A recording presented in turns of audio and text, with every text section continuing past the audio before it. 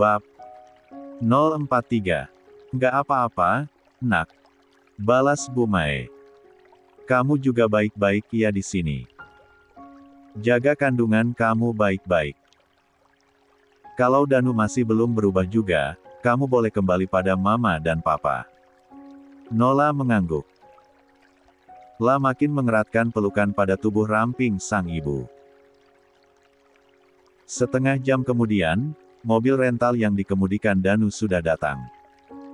Bu Mae dan Pak Syamsir berpamitan pada anak mereka yang tak bisa ikut karena kondisinya yang tidak memungkinkan untuk perjalanan jauh. Penuh tangis haru dan nyinyiran dari besan mereka, Bu Mae dan Pak Syamsir pun kembali pulang ke kampung membawa sejuta kecewa atas perlakuan Danu dan keluarganya. Menempuh perjalanan nyaris memakan waktu 8 jam, akhirnya Danu menurunkan kedua mertuanya di salah satu rumah kontrakan milik Pak De Gusman di kota kabupaten. Tanpa berniat singgah, Danu memutuskan menuju ke kampung orang tuanya untuk sekadar berkunjung dan memamerkan mobil rentalan yang ia bawa. Tiba di depan sebuah rumah yang sederhana dengan cat yang mulai mengelupas berwarna hijau, Danu turun dari mobil dan langsung mengetuk pintu sambil mengucap salam. Tak butuh berapa lama, sahutan terdengar dari dalam disusul pintu yang kini terbuka lebar. 59. Loh, Danu. Sama siapa? Tanya Bude Anjani, adik Bu Rahimah. Sendirian, Bude. Kebetulan, Danu abis nganterin mertua Danu ke kota kabupaten. Masuk, Nu. Ayo. Ajak Bude Anjani antusias. Mobil baru lagi, Nu. Tanyanya ketika mereka sudah duduk di ruang tamu. Ah, begitulah Bude, jawab Danu dengan punggung tegak. Kamu beneran cerai sama Zahira, Nu? Danu menghela napas. Iya Bude. Mau gimana lagi? Dia menolak dimadu sama Nola. Ya sudah, daripada ribet, lebih baik Danu ceraikan, jawab Danu sedikit menyombong. Padahal, jelas bahwa dirinya yang digugat cerai. Bukan sebaliknya. Bude Anjani tersenyum kecut. Tak lama, seorang perempuan yang Danu kenali sebagai istri dari sepupunya keluar dari arah dapur dengan membawa secangkir teh hangat. Kuenya nggak ada, Bude? Tanya Danu basa-basi. Ya nggak ada, jawab Bude Anjani. Jangankan kue, beli beras aja, Bude masih susah, imbuhnya. Danu menghela napas panjang. Tak lama, ia mengeluarkan 2 lembar uang 100 ribuan dari dalam kantongnya dan diberikan kepada adik sang ibu tersebut. Nih, Bude tolong masakin yang enak-enak buat Danu, iya. Danu lapar banget ini, kata Danu seraya mengangsurkan uang tersebut ke tangan sang bibi. Beres. Itu mah gampang. Angguk Bude Anjani. Selang beberapa menit, wanita parubaya itu meminta kepada sang menantu untuk berbelanja di pasar yang memang masih buka sampai sore. Sementara, dirinya sendiri masih betah menemani Danu bercerita panjang lebar. Kamu kelihatan makin sukses ya, Nu. Mobilmu juga kelihatan lebih bagus daripada yang lama, puji Bude Anjani. Jelas dong, Bude. Danu gitu loh. Danu tersenyum sumringah. Oh iya, kamu udah tahu kalau video kamu sempat viral di aplikasi TokTok. Danu mengangguk patah-patah. Rasanya malu sekali jika harus membahas hal itu lagi. Udah, Bude. Yang Danu nggak habis pikir, siapa yang sudah berani menyebar video itu di media sosial. Kalau sampai Danu tahu, bakalan Danu hajar orangnya. Kamu beneran mau tahu, siapa orangnya? Tanya Bude Anjani. Siapa, Bude? Saleh. Kakaknya si Hasna, jawab Bude Anjani. Kurang ajar. Seketika, Danu jadi naik pitam saat mendengar siapa yang telah menjadi biang utama dalam kesialan finansialnya.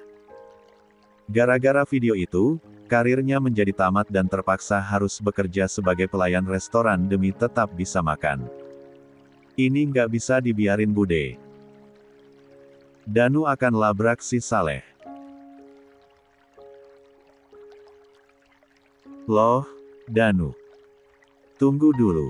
Cegah Bude Anjani panik. Namun, terlambat. Danu sudah pergi dengan tergesa-gesa menuju mobilnya dan melajukan kuda besi tersebut menuju ke kampung sebelah. Saleh. Keluar kamu. Teriak Danu saat tiba di depan rumah Saleh. 60. Tak berselang lama, seseorang yang dicari Danu muncul dari arah belakang. Saleh baru saja pulang dari sawah berboncengan dengan adik bungsunya, Fadil. Danu, ada apa kamu kesini? Tanya Saleh yang baru saja turun dari sepeda motornya. Bu. Danu menghantam rahang Saleh dengan tinjunya. Namun, lelaki yang seumuran dengan Chandra itu dengan cepat membalas pukulan Danu dan berhasil membalikkan keadaan. Tubuh bongsor didukung tenaga yang kuat berhasil melumpuhkan Danu hingga terkapar di halaman rumah. Dasar gila. Datang-datang ke rumah orang, bukannya salam malah main hajar. Hardik Saleh emosi.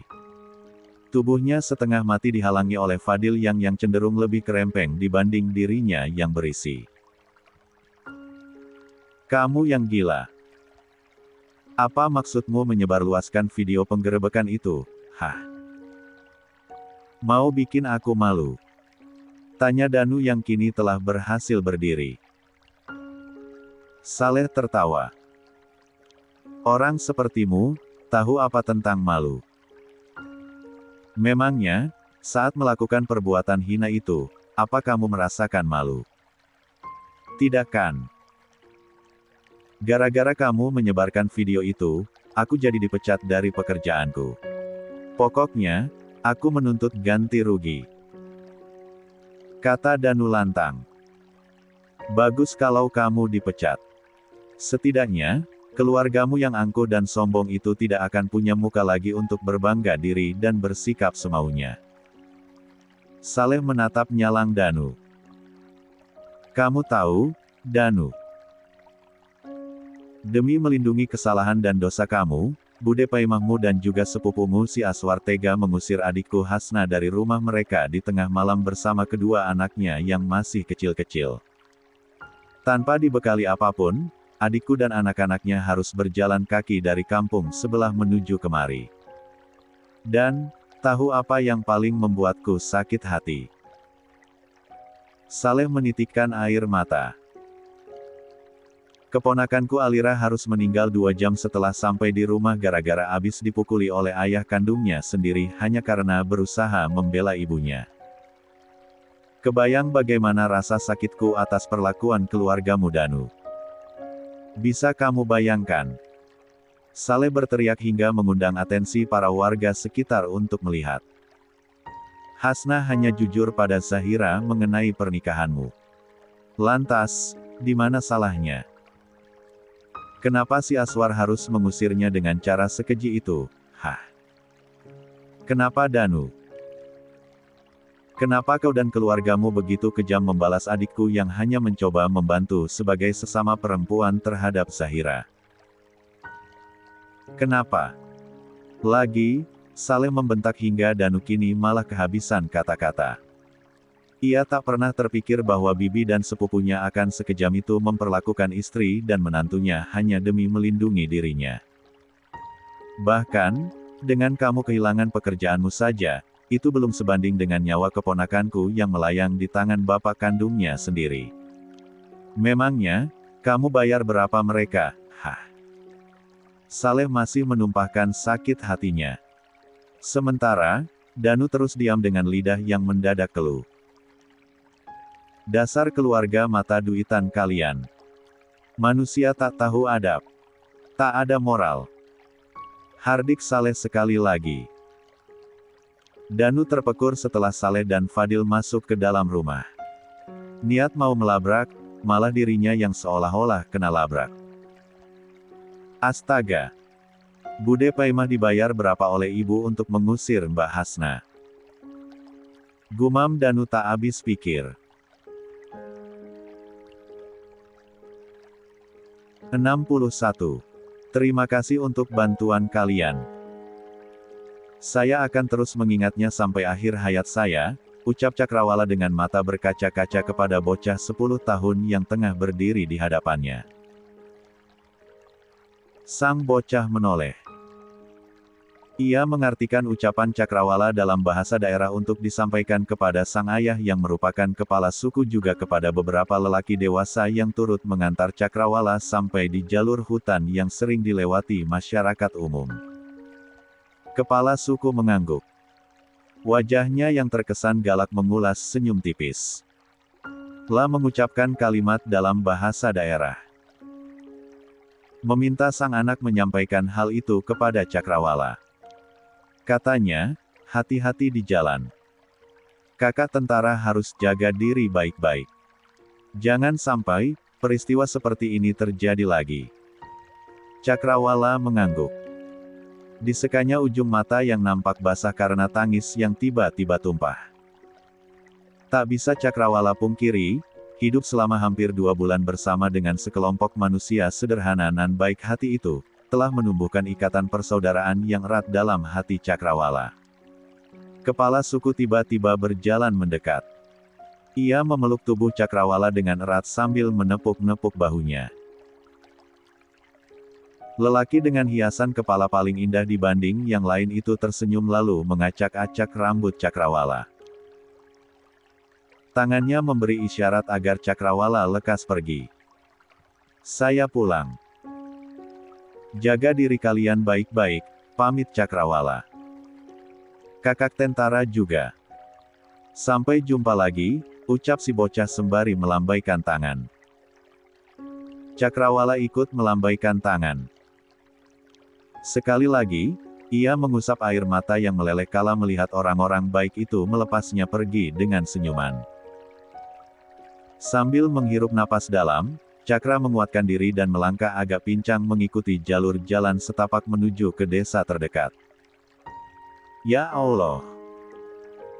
Jaga dan lindungilah orang-orang baik itu selalu, pinta Cakrawala dalam doanya.